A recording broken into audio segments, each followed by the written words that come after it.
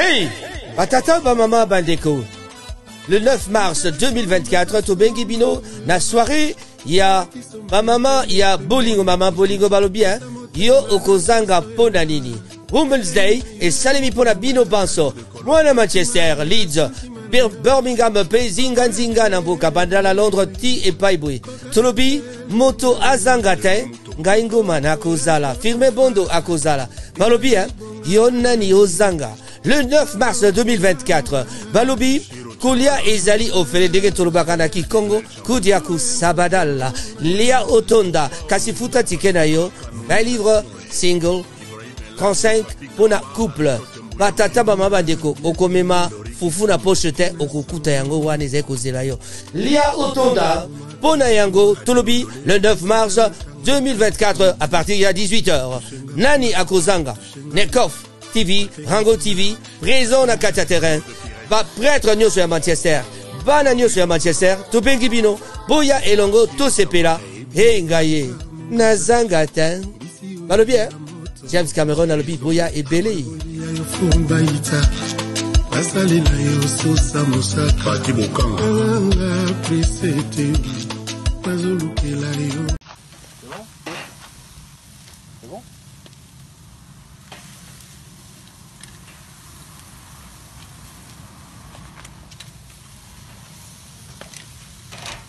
Andeko, Baliaka Bamelakawa, Ganda Taba de Ticheta, Ganda Taba de Tibo Marché, Ganda Taba Yagu, Yakitoko Lilo. Hein? Boko dame ango de fouetté, Botala. Bah, c'est seulement y'a bien, hein? Pour la bande de Konanga Congolais, Awana Mbokoyo, Natumbaka bien, hein? Bolanda, après bango baroloba, baibi musala na mutu muindu. Eh, musala eza puna batutu. Est-ce que tu as ta la couleur ya poso? Nya, sia. Allez, bakata. Bonjour chers amis de Rango TV, ce matin je reviens une fois pour vous parler de la politique en RDC. Politique na RDC zeko tambola ndenge nini. Bande Koba Bolingo, nous sommes tous sans ignorer que depuis le 20 décembre passé, président de la République, M. Félix-Antoine Tshisekedi, Chilombo, a prêté Bongo serment. Kobandaya a prêté serment, ce que Totali, Malbani, Nilobama qui n'a prestation à serment, et Zali toujours. Félix Tshisekedi a dit que ça appel n'a pas congolais, banso, na mobilisation, na lutte contre la insécurité, paix, pauvreté. Lutte, il y a insécurité, paix, pauvreté, au lieu de Ekita, na bandi, pauvreté, zeko, matakaka, c'est insécurité pese ko ya makasi toka ki na basangote bomona ki na ba télévision pe que na mboka lokwa na quartier na Kinshasa na mboka Minkondo na quartier Minkondo na Minkondo et pas wapi to ki te bato ba longwe na quartier to traki yango na ba émission na ba télévision en tout cas to mona ki te bato ebele basili bongo ko kima ba quartier na bango ba lembi kuluna eye makasi est-ce que kuluna wana ezali kaka kuluna toyebi akala to kuluna ngo ezali kuluna esika bande ko ba bolingo wana yali moko ya maloba oyo tokosolola ngai na bino lelo kati na télévision na masolo awa kati na Rango TV plutôt. Bande ko ba bolingo, j'aimerais d'abord commencer par dire bonjour à tous les amis qui nous suivent bato ba pet batala rabiso. Nakosenga la binobo mekako pesa ngai makasi bo s'abonner. Abonnez-vous sur Rango TV car lelo ezali mokolo oyo tozali ko kanisa te bino soki bo s'abonner et kozala te biso to kozala makasi ya kosala musala. Na yango bande ko ba bolingo na pesa mbote na bato banso bavandi kati na mboka Manchester. En tout cas, je pense spécialement na Gibo Charmolongo. En tout cas, mbote na yo esika ovandi Hippolyte Makela, Fabrice Makela, Bambote Nabino, Timba Makela, Bambote Nabino, Yango Wana, Bande Koba Bolingo, na lobby, Pe Nazaiko Kende, na Pesimbote na Cyril Modogo, président, il y a communauté congolaise Katinamboka Manchester, tous allez voir la firme Bondo, un membre influent de la communauté congolaise aussi. En tout cas, cadre influent bien sûr, Tolobi Yango, to Pesimbote na ba maman, il y a famille Bolingo, oh wapi to ebite, moko na bango azwaki matanga azali bongo na Brazzaville akendeki kokunda en tout cas kokunda grand frère na ye propre maman Edu Shonimba oyo topesi lisusu ba condoléance na mama monene esika wapi azali na Brazzaville. J'espère que à kozonge la biso na mikoya. Bande koma bolingo topesi mbote na ba jumelle Ntimba Musai Penzuzi Musai Turubi Bama Blondine ya mama ya famille bolingo bambote na yo Animenga yo pe mbote na yo Dorcas bambote na yo yangwana.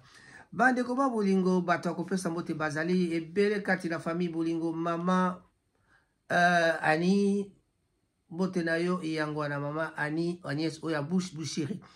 Et je continue encore à penser, à faire une grande pensée dans Ndekonabiso Bouche Bouchiri.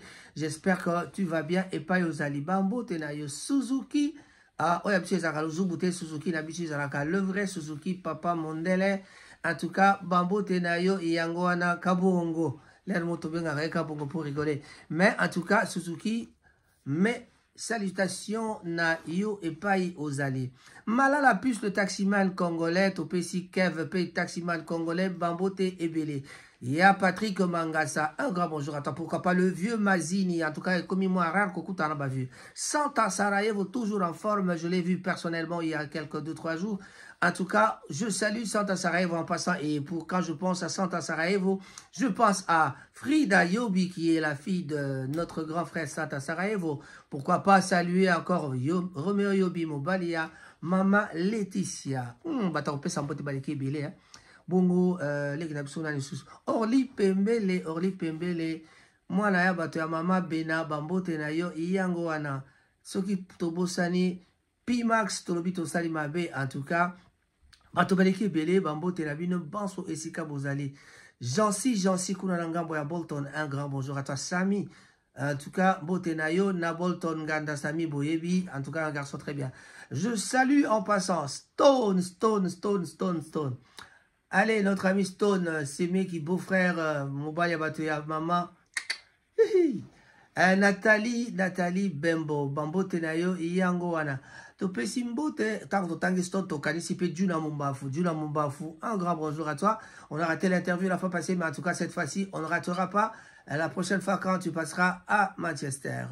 Bande Goba Bolingo, ba nouvelle, la lelo, nako bande yango na. Famille Bolingo, dans groupe ya ba maman o ba vandi kati na mboka Manchester, ba bazali mongo ko préparer les biso misala ya soirée ezali nini soirée dansante et kozala organisée par la femme congolaise de Manchester, dirigée par Maman Nelly, oyo tobingi madame ya Vivien Bonjeka. Maman Nelly Makangila à Gozalawana, Bangonioso, Nabosanité Claudine Makangila aussi, que je salue en passant parce que quand je citais les noms des femmes, j'avais oublié. En tout cas, la Pessimbote na ba mama Bolingonioso, pourquoi pas Chantal Bilele Bilambe Bele Maman Chantal peut bambote na yangwana. Ba maman on a kotanga kombeli ba mama Bolingo, oyo bazali bon ko préparer les biso. Le 9 mars, Ezali, soirée dansante, Ezali, soirée dansante kakate, Ezali, dégustation, yabilo kwa kolia. Ba mama balobi boya, toko lamba, bako lamba nenge, balamba kanandaku. Ezali ko lamba oyo ya libanda te, e lambe lio ya palais. Ezali kwa soko yiko talanga nandaku, nenge na kota na cuisine, ozo mona nde na olamba. Donc ba mère, jiko bako bungisi la biso, buffet moko, ya kafu pona ko sepelisa batu. Nyo soir ezali pona lokumu ya ba maman. Alors, tolobi, papa, maman, kotika la nanda kote le 9 mars, Tokutana, et pas wapi, et bon, numéro 2, il y a Cobden Street, et pas il y a Pasteur Patrick, na kuna na mboka Salford, na église, il y a Pasteur Patrick, na église de la gloire de Tobengaka. En tout cas, ba maman nyon so bazali invité, Kobanda 18h. Na ba mama ba iba sambelaka, na ba mama ba iba zali ba batoya katoliko, bato basambelaka na missioni, bato basambelaka na réveil, bato basam epai nepai toko banda na nzembo nzambe te toko sukisa na oyo bato nyonso bakokoka kosanga na biso nyonso tozala na esprit moko ezali nini lokumu, c'est l'honneur de la femme à l'honneur. Je suis sûr, en tout cas nayebi modor ya ba mama te, mais je suis sûr que tosala ba émission tokotuna bango parce que je suis sûr que ce soir là mama ko zingali puta penza na ndenge pena ki ya kopesa mama nzoto ya mama lokumu. Donc vraiment na yango toko lobate ba mama nyonso ba bengami o ya Manchester, ba mama nyonso ya Birmingham, ba mama nyonso ya Leeds, Northwest Mobimba, balobi Liverpool, Leeds, Burnley, et pas wapi Bolton, na awakati na Manchester, Congolais, Camerounais, Ivoiriens, Africains nyoso, mindele pe baindo bakozala. Na bino ezali matata. Cameroun, Congo, Côte d'Ivoire, tozali vraiment na esprit moko. Tout le monde, ozali na moninga na ba maman bangolais pe ba maman angolaise balobi nanga déjà ke tokozanga te tokoya ba portugais pe babi biso wana tozana bino pembeni iba ke angola na bato Portugal tozana bango serré. Donc vraiment todos vamos tentar para amizar, para fazer qualquer coisa naquele dia do 9 de março 2024. Allez, un peu de portugais, ça commence à disparaître parce que Midjoba Bashop sera de la partie. Congo, Kinshasa, Congo, Brazzaville, les alliés, et là comme encore. Nalobi, Armani a mobilisé Batonaye. Mazini a cause à la prison. Tu as dit que Mas Massamba sera là. Mama, Papi a cause à la Nabiso. Tolobi, Zozo, Mère, Zozo a cause à la Beau, Armani, Alobi, tout le monde bouilla. Mais tant oza kobima kotika maman nanda kote s'il vous plaît. Kotika maman nanda kote. D'ailleurs, le père Sambia Saïnga déjà que yena mère Coco présent donc sujet de prière Coco à Kozala. Voilà, d'ailleurs, jour à route boka moi tozala na honneur ya mama Lisa a robete la biso tour na kati na soirée wana. En tout cas, Bandekoba Bolingo Cyril Modogo sera de la partie parce que lui-même aussi, il est en train d'aider les gens naba makambuke ba masolo misusupe et salamaka nandenge ya bien. Voilà, un grand chapeau à toi Cyril Modogo. Blessing sera de la partie, Rocco sera de la partie. En tout cas, na monina no moto kozangate Jean-Rémy. Mais je veux dire un grand bonjour spécial aujourd'hui à un grand frère. Mon grand frère, en tout cas, et Sika Ozali, na Pesio Bambo Belé. Maloba et Belé et les Kakatrou, mais la lobby. Je salue, je fais une petite courbette comme ça pour toi, Dampouya, mon grand frère spécialement, de Brazzaville, en tout cas, la Bandi Jouana, Dampouya le 9 mars, à Robette, la Biso Kazaka. Oyo alingaka mingi, couleur na ya alingaka mingi, je crois que tout le monde a Dampouya ce soir-là. Na masolo il y a le 9 mars esika puis ba maman ba bongisi les bis ba ko bongisi la biso buffet il y a somo malala plus kutabi a rosalate Adamo le grand chanteur Azaiko Boyebi Adamo le bi d'ailleurs je fais un tour à Manchester le 9 mars yena molonga ni naidon ekozala matata bandeko ba bolingo tokozongela yango na suka mais pour na lelo tozali bon ko betela bino lisolo nini trobaki ke Masolo ezali ya Congo, Kinshasa, bandeko ba bolingo. Tozali la fanatique moko terrible, fanatique na ezali nani Général Makoso ya Côte d'Ivoire, un grand fanatique de la RDC. Alors, je vais donner un mot d'ordre là-bas congolais. Naïbi que et cause à mot d'ordre parce que je ne suis pas le chef de tous les Congolais, mais en tout cas na lundi, Général Makoso Azako Beta Masolo ya Congo, il fait 30 minutes, 40 minutes à Beta Kali Solo à Congo. Mais tout en parlant du football. Football est alini, l'icône toyebi que toi na Cannes. Coupe d'Afrique des Nations, Ezako Beta Ma. Congo azali bon a commis la demi-finale. Et l'icône baté le mercredi prochain, le 7. Tokokuta na biso nde masana motopi andembo et kozala bon entre Congo Kinshasa na Bandeko Abiso ya Côte d'Ivoire, bateau ya Abidjan. Alors, Général Makoso a lobby à Zena pour ça invité dans Congo. Fallait pour pas, bon invité. Attends, il vient mon pas au thème, mais fallait pour pas invité. Fallait pour pas, t'es trop méchant parce que tu n'invites pas le Général Makoso. Mais en tout cas, on a attaqué grand frère, fallait en tout cas benga. Benga ta Makoso. Mais ko benga ici côté, benga ici mais défaite na bango. Tant on a libre aux moi en Congo, pensez moi 7 jours wana aya ACP là parce que vraiment bon, on a combien de défenseurs parce que bon, surtout le bito tika bongo, azapena fanatique nabso. Alors bien on ça les a veillé, c'est-à-dire bon ça la jeûne de prière en direct na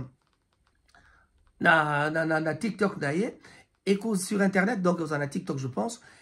À cause de ça, jeûne et prière ce jour-là, mon match pour que Côte d'Ivoire a gagné Congo. Mais wana ezali nini ezali kolakisa kobanga oyo baïvoirien baza na yango ezali exprimé à travers notre ami le général Makosso. Vous connaissez bien le général Makosso qui est pasteur. Alors boyebi yango, mais quand il parle du Congo avec amour. Biso tokoka kobeta masolo à Côte d'Ivoire rebelité, mais en tout cas biso beta masolo à Côte d'Ivoire pour ba mission na biso a faire akendeki na Côte d'Ivoire abetaki bo. Ah fallait abetaki na Côte d'Ivoire. Ah mon père abetaki na Côte d'Ivoire. Tel ou tel autre groupe, on a eu l'occasion d'avoir JB Pierre. Bon, qu'est-ce que ça fait que na robeta kuna mingi. Même Werason.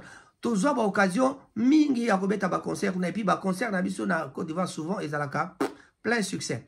Donc les Ivoiriens nous aiment, mais dans le cadre de football, ils ont peur de nous. Loka bazo banga biso biso to laksa bangote, tous ali fort. Na ebi que équipe na biso ezali makasi, Chancel Mbemba. Eh, je pense encore à Freddy Wanga. Freddy Wanga qui a chanté pour Chancel Mbemba. En tout cas, beau partager, voilà parce que tala mosala Chancel Mbemba za osala. Ezali vraiment azo kamba équipe très bien yé na l'entraîneur auto zanaye. Ezali pena équipe ezali makasi. Mais oui, Ezali dirigé de main de maître par notre ami le capitaine Chancel Mbemba, notre jeune frère, bien sûr. Mais et là, comment peut-ce que c'est na internet na seka ki na tali bakombo ya ba joueur. Bakombo ya ba joueur na MC Bino so tali. La plupart ya ba joueur baza ba Singombe, ba Congo, le gardien za Muyombe, mon frère, mon petit frère Muyombe Mpasi. D'ailleurs ma soeur aussi s'appelle Pasi. Voilà.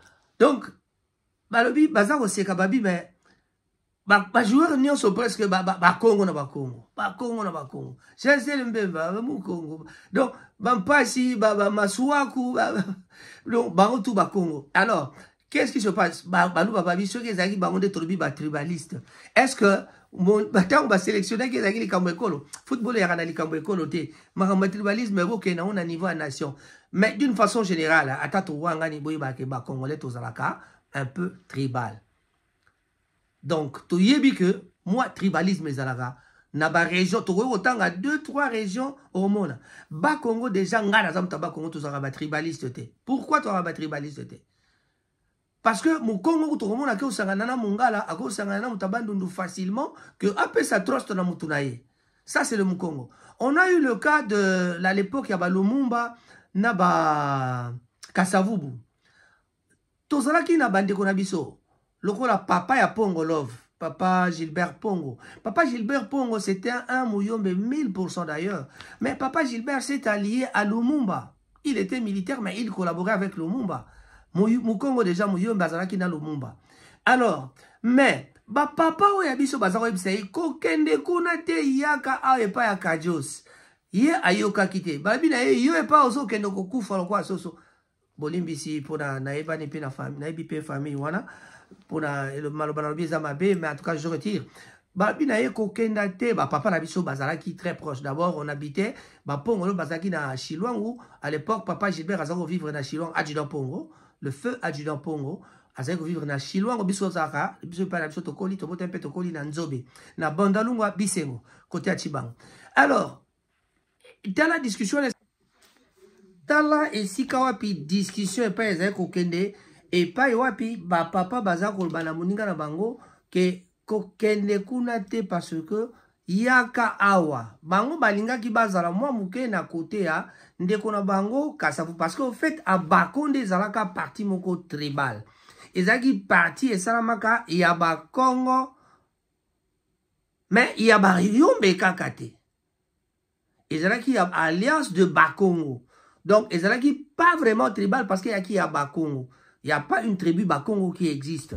Mais, en tout cas, ezalaki moi mouke ko bengi sa mingi Bakongo tout sangana à Bako donc à alliance de Bakongo. Ndenge ezalaki voilà. Alors, nayango ezalaki que bato bayoka kite balandaki côté bakendeke pa bangala bamona makamuna bango. O bakendeke pa ya bato musupe bamona makamuna bango. Bakote monsieur comment ils sont bloqués par bateau bazo sangana na bikolo et souka kanini bakamataka bakonzi batie bakonzi na bango. Voilà, c'est ce qui explique un peu caractère on ezalaka mingi na côté boena côté bona eza ba côté misato. Je ne citerai pas ces trois parce que c'était pas le sujet du jour, je ne parle pas du tribalisme mais na epengla ka situation voilà. Pour terminer, en tout cas, je vais devoir vous parler de la prestation de serment de Félix Antoine Tshisekedi alobaki na biso nini. Félix Antoine Tshisekedi appelle na ba Congolais à la mobilisation et puis dans la lutte de l'insécurité.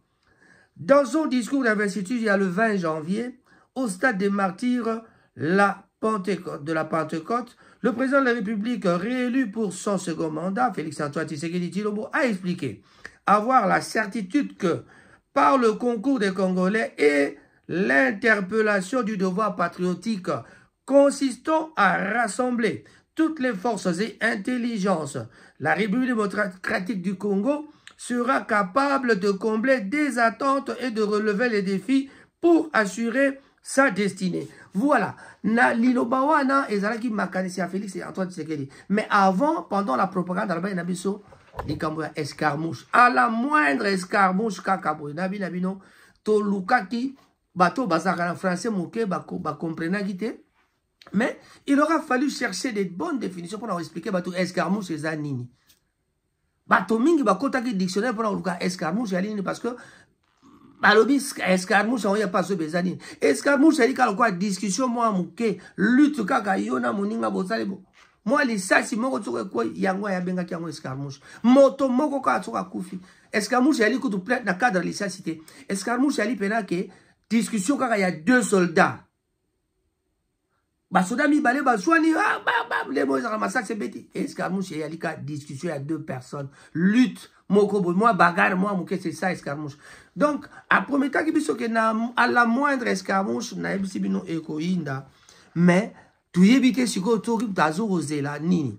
Et puis, eko bakisama liko nango makambo oyo ndeko l'américain, l'ancien ambassadeur américain, l'ancien secrétaire général, monsieur Herman Cohen a lobby que une partie à qui vous a déjà quoi appartenir na Rwanda. Bon, maloba na ezali maloba bango baloba kapo yali plan na bango. Est-ce que plan ya congolais ali même chose na oya ba américain? Est-ce que plan ya congolais ali même chose na plan? Il faut tout le katoyeba. Opposition ba fongola miso. Opposition faut que fongola miso pouvoir paix, il faut que fongola miso koyeba. Tobo pe sa biso plan. Toyebi ke toyo kaka ba ke ota moi ndambo espace ko kendate. Mais toyo ki masasi ebeti balobi le côté. Et comité l'équipe masasi comme une bombe. Deux bombes pe na école. Bana ba koufi, somi balé, bato ba koufi. Mais, to vandi kakanye, tozo kelo komobote. Est-ce qu'il se raconte quelque chose derrière? To yébité.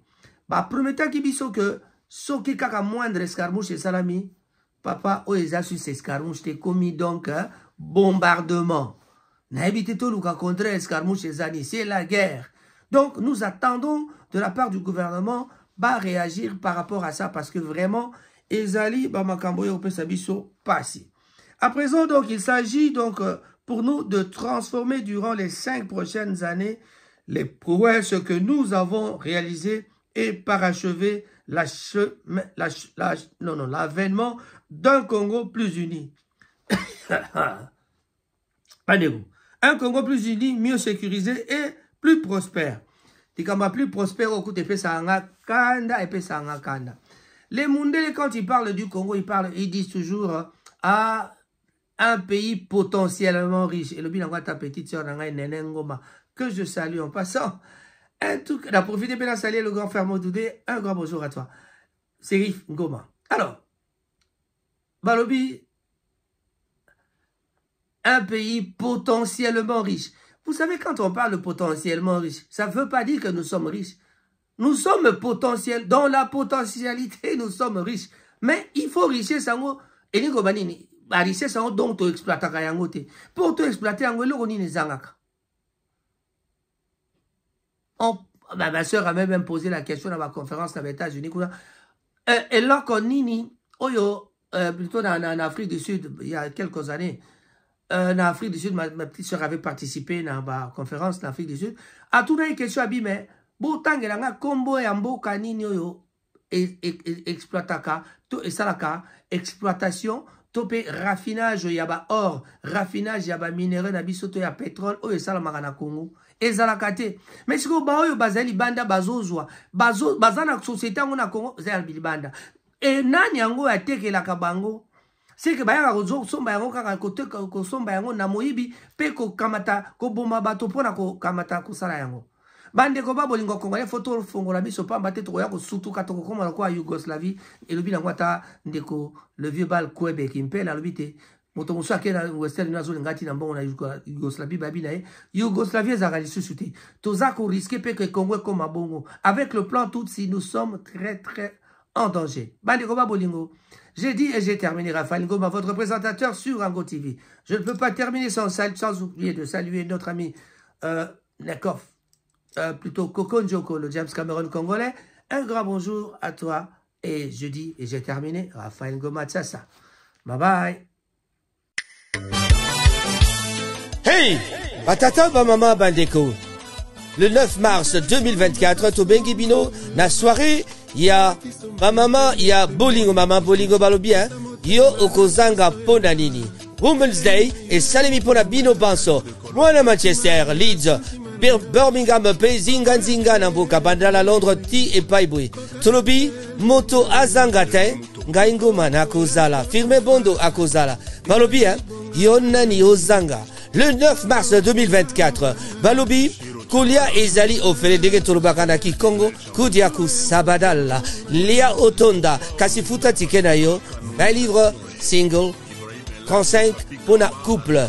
Batata Bamabandeko, Okomema, Fufuna Pochete, Okukuta Yango, Wanezeko Zelayo. Lia Otonda, Pona Yango, Tolobi, le 9 mars 2024, à partir de 18h. Nani Akozanga, Nekov TV, Rango TV, présent na Katia Terrain. Ba prêtre nyo sur Manchester, bana nyo sur Manchester, Tobengi Bino, Boya Elongo, Tosepela, Hey Ngaye, Nazangatan. Balo bien, James Cameron alobi Boya et Belé. Asali na yo so sa mosaka. Pati bokanga.